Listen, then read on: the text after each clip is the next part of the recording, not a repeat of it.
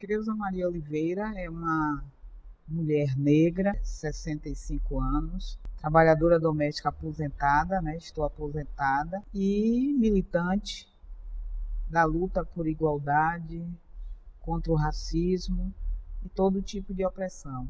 Essa jornada começa na década de 80. Eu, como uma trabalhadora doméstica, que comecei a trabalhar antes dos 10 anos de idade, então eu me tornei uma mulher adulta, sem compreender porque nós domésticas não tínhamos os mesmos direitos que os outros trabalhadores e trabalhadoras, né? E aí foi quando eu ouvi falar que já existia um grupo de trabalhadoras domésticas que estavam começando a se organizar para criar um sindicato. Só que na época a lei não permitia que a gente tivesse sindicato. Então a gente começou a se organizar em grupo e depois, em 86, a gente fundou a Associação Profissional das Trabalhadoras Domésticas da Bahia. E continuamos a luta até que, em 88, na Constituição de 88, a gente conquistou direitos trabalhistas como salário, 13º, mas também o direito de se organizar em sindicato. Aí a gente transformou a associação em sindicato no dia 13 de maio de 90. Sempre todos os direitos da classe trabalhadora sempre pode e deve ser aperfeiçoada, né?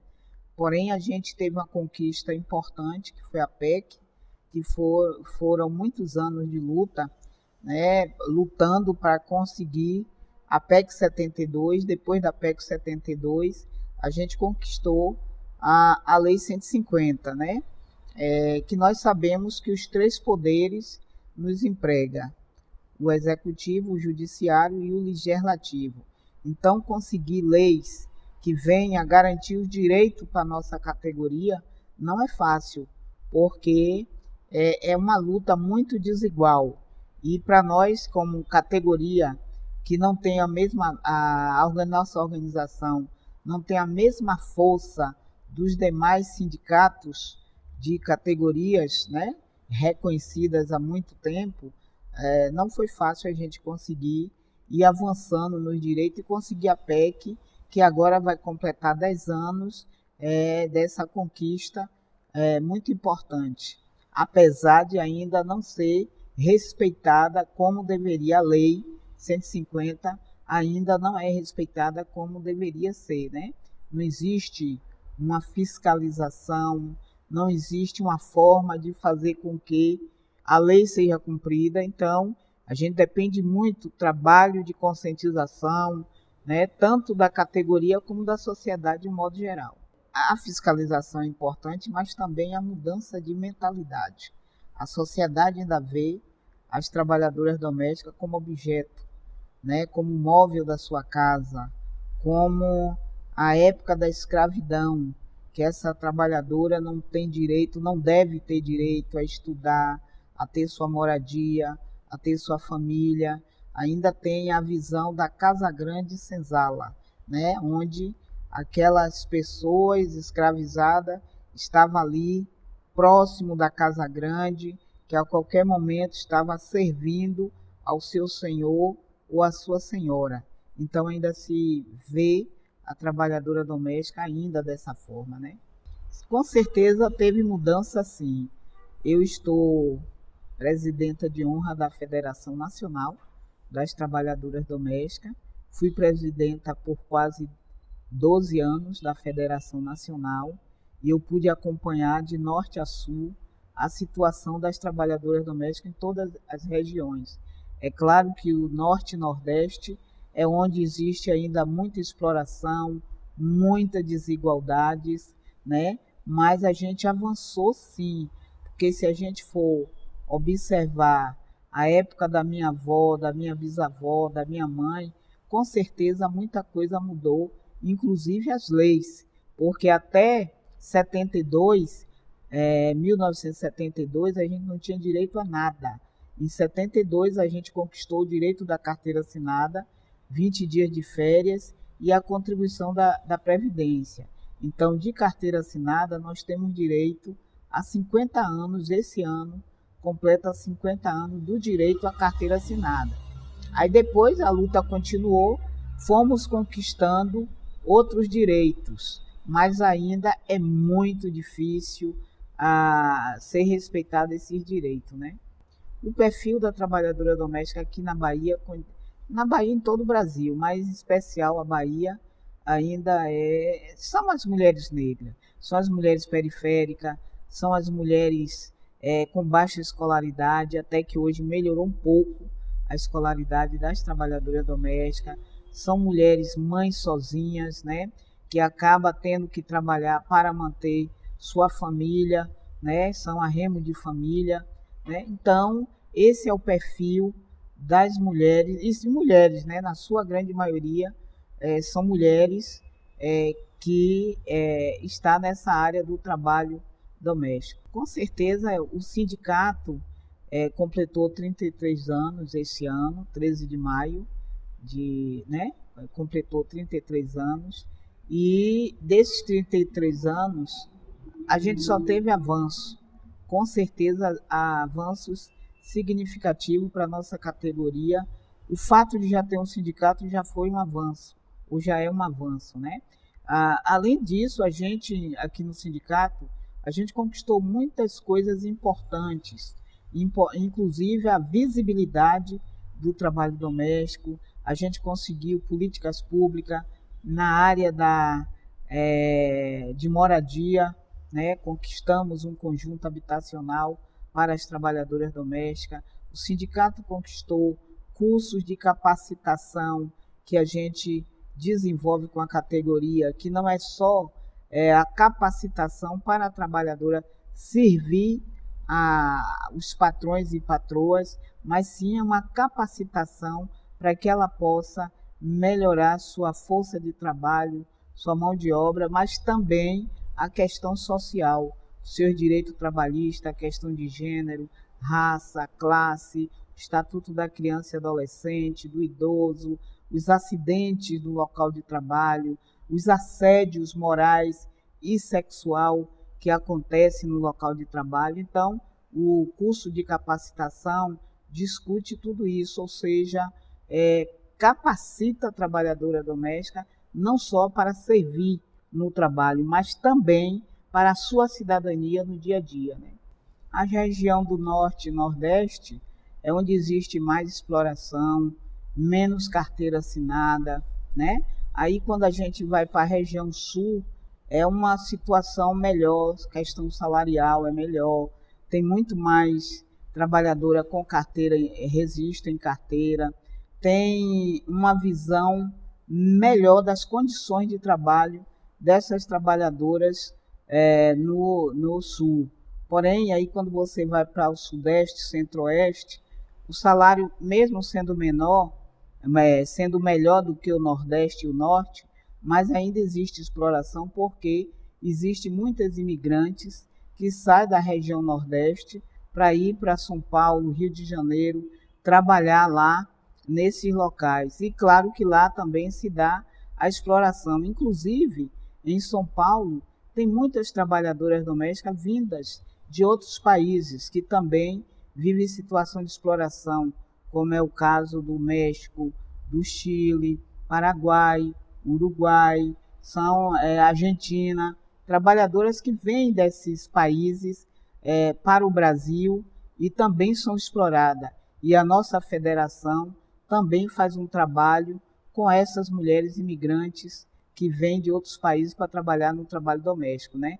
E a federação tem esse trabalho de estar fazendo contato com os sindicatos dessas regiões ou desses estados para estar acompanhando a situação. Inclusive, existe também trabalho escravo nessas regiões, mesmo sendo a região sul, tem casos de trabalho escravo, em outras regiões também, né?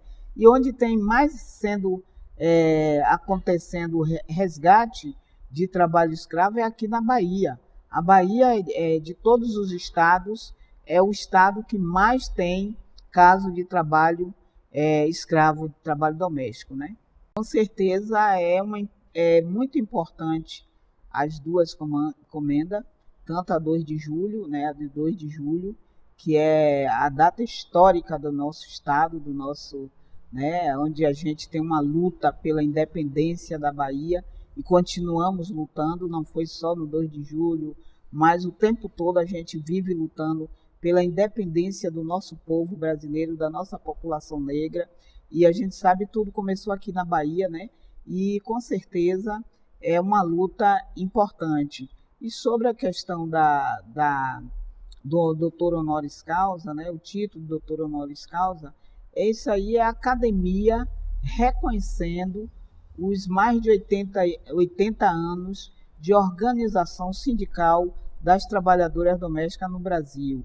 A primeira organização começou na década de 30, por Dona Laudelina de Campos Melo, que fundou a primeira associação de trabalhadoras domésticas do país, em Santos, São Paulo. Então, esse título de doutor honoris causa que eu, Creus, estou recebendo enquanto uma militante da luta das mulheres negras, das trabalhadoras domésticas, é o reconhecimento dessa luta histórica da nossa categoria. Não sou eu, Creuza, mas sim toda a luta que nós enfrentamos desde a época que eu sempre digo, que desde quando a gente foi traficados e traficadas de África para o Brasil, em péssimas condições, inclusive muitos morrendo nos navios negreiros, de forma perversa e cruel. Então, esse título é o reconhecimento da academia, da importância do nosso povo, né, das nossas companheiras domésticas, como tem contribuído para a economia brasileira e mundial, com as pesquisas, com os dados que a academia tem pesquisado, tem bebido na fonte da nossa organização, e agora é o reconhecimento disso, né?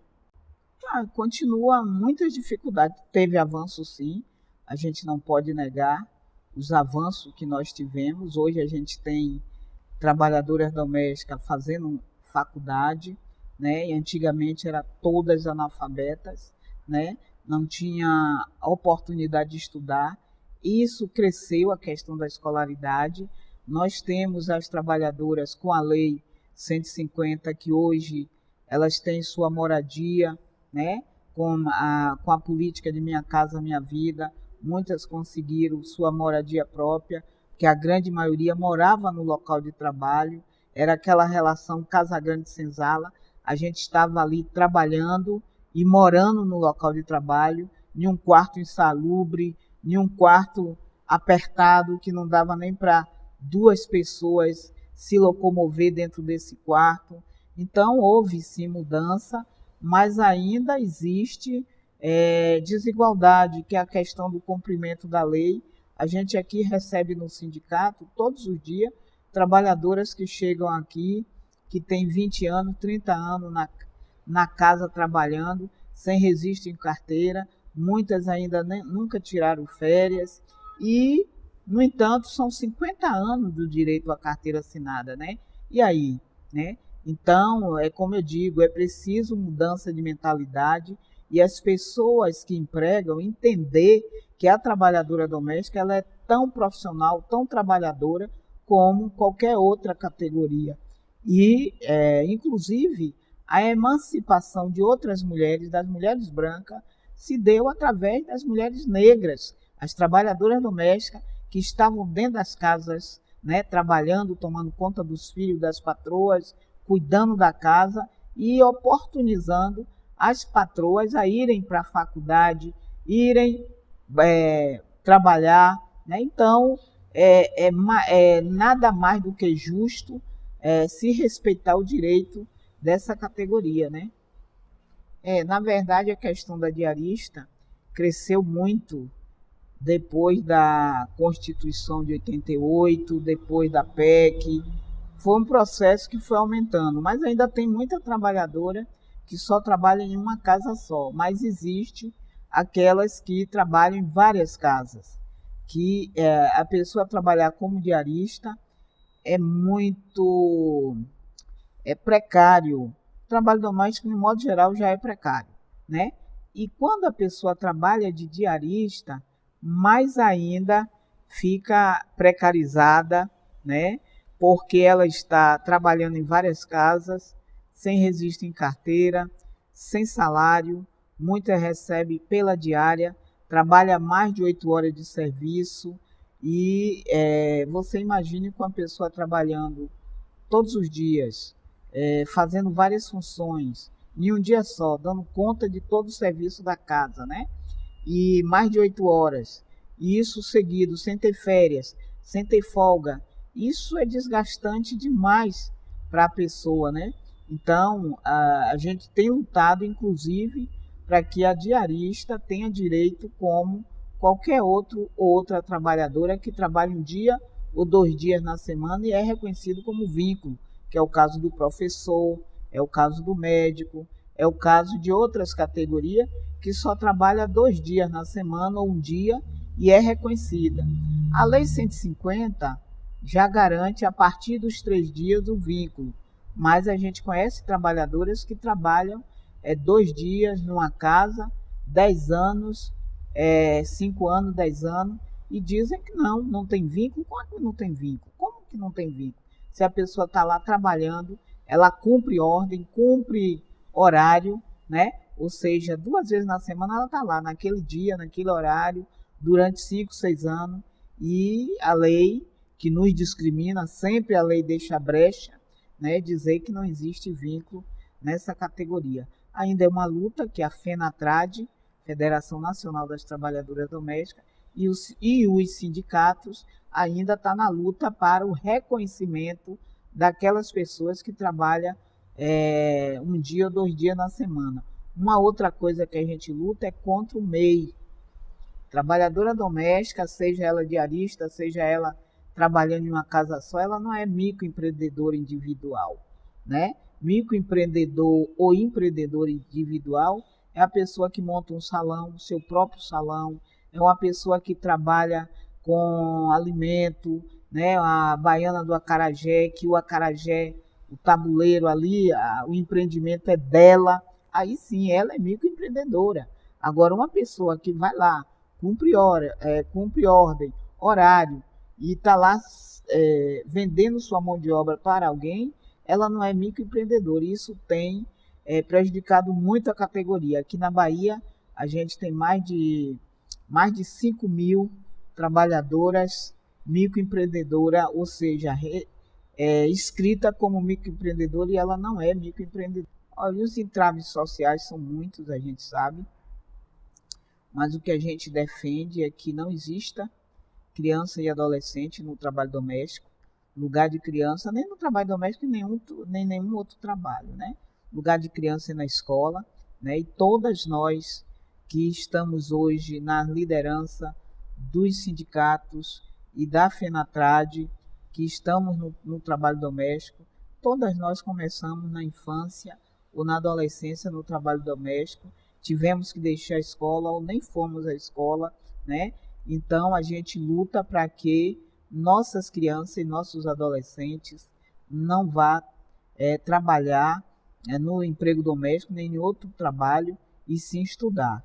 Uma outra coisa é a mudança de mentalidade que a sociedade precisa mudar esse pensamento de achar que qualquer pessoa pode fazer o trabalho doméstico, que o trabalho doméstico não merece remuneração digna, né? E que a trabalhadora doméstica é o objeto da casa do empregador, né? Que é onde muitos botam no classificado precisa-se de empregada, que não tenha filho, que não estude, né? Então, isso, gente, não é possível uma coisa dessa. Todo ser humano, todo mundo precisa de estar se capacitando, e a capacitação começa pela escola. É a escola, independente da idade da pessoa, é importante isso.